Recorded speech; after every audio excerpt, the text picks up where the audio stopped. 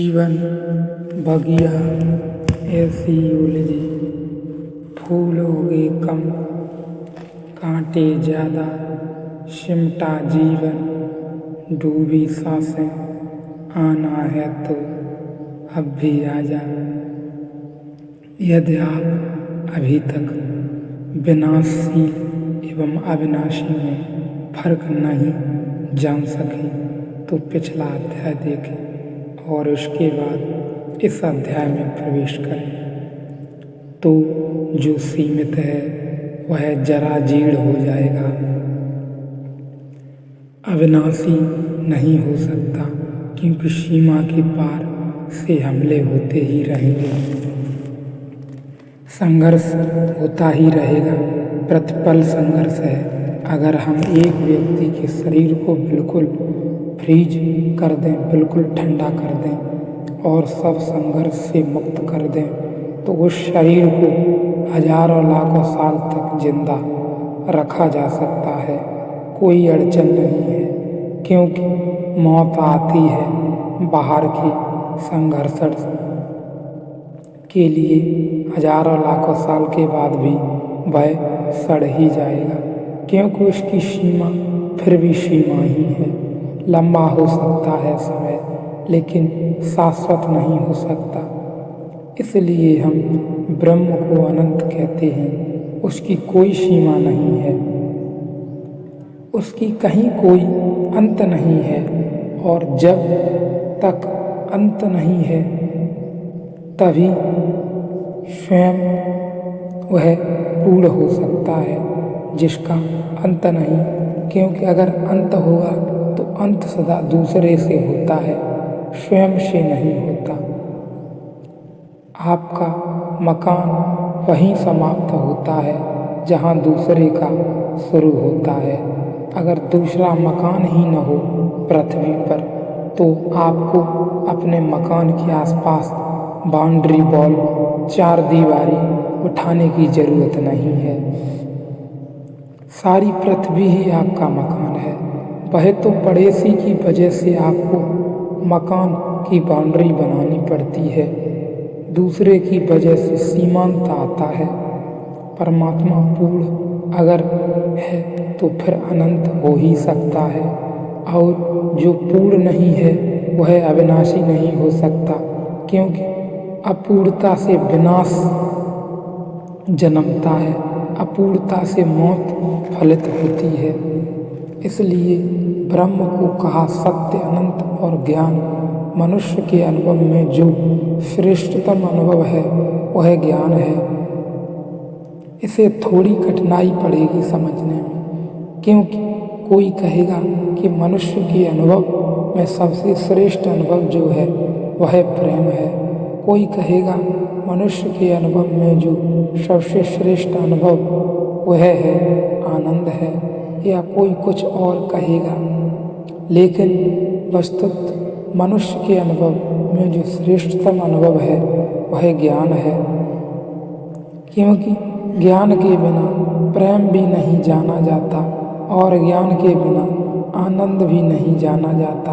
तो जिसके बिना प्रेम जाना जा सके, जिसके बिना आनंद न जाना जा सके, वह दोनों के ऊपर चला गया, पार हो गया। ज्ञान बिना प्रेम के हो सकता है और ज्ञान बिना आनंद के हो सकता है, लेकिन आनंद और प्रेम बिना ज्ञान के नहीं हो सकते।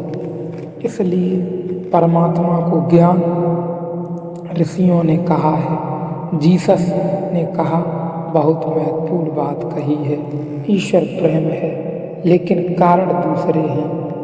परिभाषा परिस्थितिगत है, कारण बिल्कुल दूसरे हैं। वह आदमी को यह कहलवाना समझाना चाहते हैं कि परमात्मा प्रेम है और अनुकंपा के लिए तुम आशा रख सकते हो, परमात्मा प्रेम है और तुम असहाय नहीं हो, तुम उसका प्रेम मांगो मिल जाएगा। मनुष्य आश्वस्त हो सके, इसलिए परमात्मा की परिभाषा में प्रेम जीसस ने डाला है। मैं भी निरंतर कहता हूँ कि परमात्मा प्रेम है, या कि यह भी कहता हूँ कि प्रेम ही परमात्मा है। वह भी सिर्फ इसी ख्याल से कि आदमी को इससे कोई प्रयोजन नहीं कि परमात्मा ज्ञान है, इससे कोई प्रयोजन नहीं होगा परमात्मा ज्ञान। लेकिन ज्ञान से हमारे संबंध नहीं जुड़ते, ज्ञान से हमारे संबंध नहीं जुड़ते। ज्ञान से एक अलिप्तता बनी रहती है, एक फासला बना रहता है, एक दूरी बनी रहती है।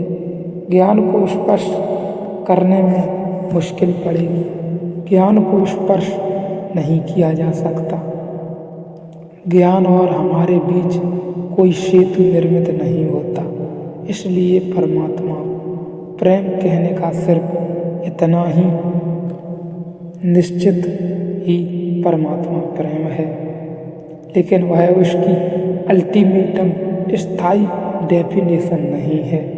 वह उसकी आखिरी व्याख्या तो वही है जो ऋषि कर रहा है कि परमात्मा ज्ञान है। वह परिस्थितिगत व्याख्या है, वह मनुष्य को ध्यान में रखकर की गई व्याख्या है कि परमात्मा प्रेम है, और मनुष्य के बड़े उपयोग की है। यह ज्ञान वाली परिभाषा बिल्कुल उपयोग की नहीं है। यह परिभाषा बिल्कुल ठीक है, यही ठीक परिभाषा है, लेकिन काम की बिल्कुल नहीं है। जिन्होंने कहा परमात्मा आनंद है, सच्चिदानंद कहा, आनंद रूप स्वरूप कहा, वह भी परिस्थितिगत परिभाषा है। आदमी इतने देखने में है कि अगर परमात्मा आनंद स्वरूप हो तो ही यात्रा पर निकल सकता है। बुद्ध का विचार 500 साल में भारत से जड़ उखाड़ दी गई, उसकी कट गया बिल्कुल। उसका कुल कारण इतना था कि बुद्ध ने परमात्मा की कोई परिस्थितिगत व्याख्या नहीं की, कहा शून्य है। अब शून्य की तरफ जाने की कोई वृत्ति ही नहीं होती, बल्कि पता चल जाए कि इधर शून्य है तो आदमी वहाँ से बचेगा कि इस खतरे से बचो। शून्य क्या करेंगे, शून्य का क्या करेंगे। वहाँ जाकर बुद्ध से कोई पूछता कि परमात्मा आनंद है तो वे कहते कि नहीं, सिर्फ दुख निरोध, बस दुख नहीं होगा, इतना काफ़ी है। लेकिन इतने से प्रेरणा नहीं उठती, दुख नहीं होगा, यह ठीक है, अच्छा है कि दुख न हो, लेकिन इतना काफ़ी नहीं है। पैर उठने के लिए आदमी दुख में है, गहन दुख में है। इसलिए परिस्थितिगत व्याख्या है कि परमात्मा आनंद है। लेकिन जिसे हम कहें निरपेक्ष व्याख्या, जिसे हम कहें आदमी को छोड़कर सीधी व्याख्या, जिससे आदमी की फिक्र नहीं है कोई भी, तो वह व्याख्या यही है, ब्रह्मा ज्ञान स्वरूप है। इन परम व्याख्याओं के कारण उपनिषद कभी भी लोकमानस में प्रवेश नहीं कर पाए, क्योंकि परम व्याख्याओं से कोई संबंध आदमी का जुड़ता नहीं। बाइबल इतने गहरे में प्रवेश कर जाती है, मनुष्य में उपनिषद इतना नहीं कर पाता। इसका कुल कारण यही है कि केवल परमात्मा ज्ञान स्वरूप है, लेकिन इसके बावजूद भी ज्ञान में एवं इसमें और परिस्थितिगत परिभाषाएं हैं, एवं मूल परिभाषा ज्ञान की है, प्रेम की है, शून्य की है। शून्य हो तभी उसकी स्थिति होती है, ज्ञान की भी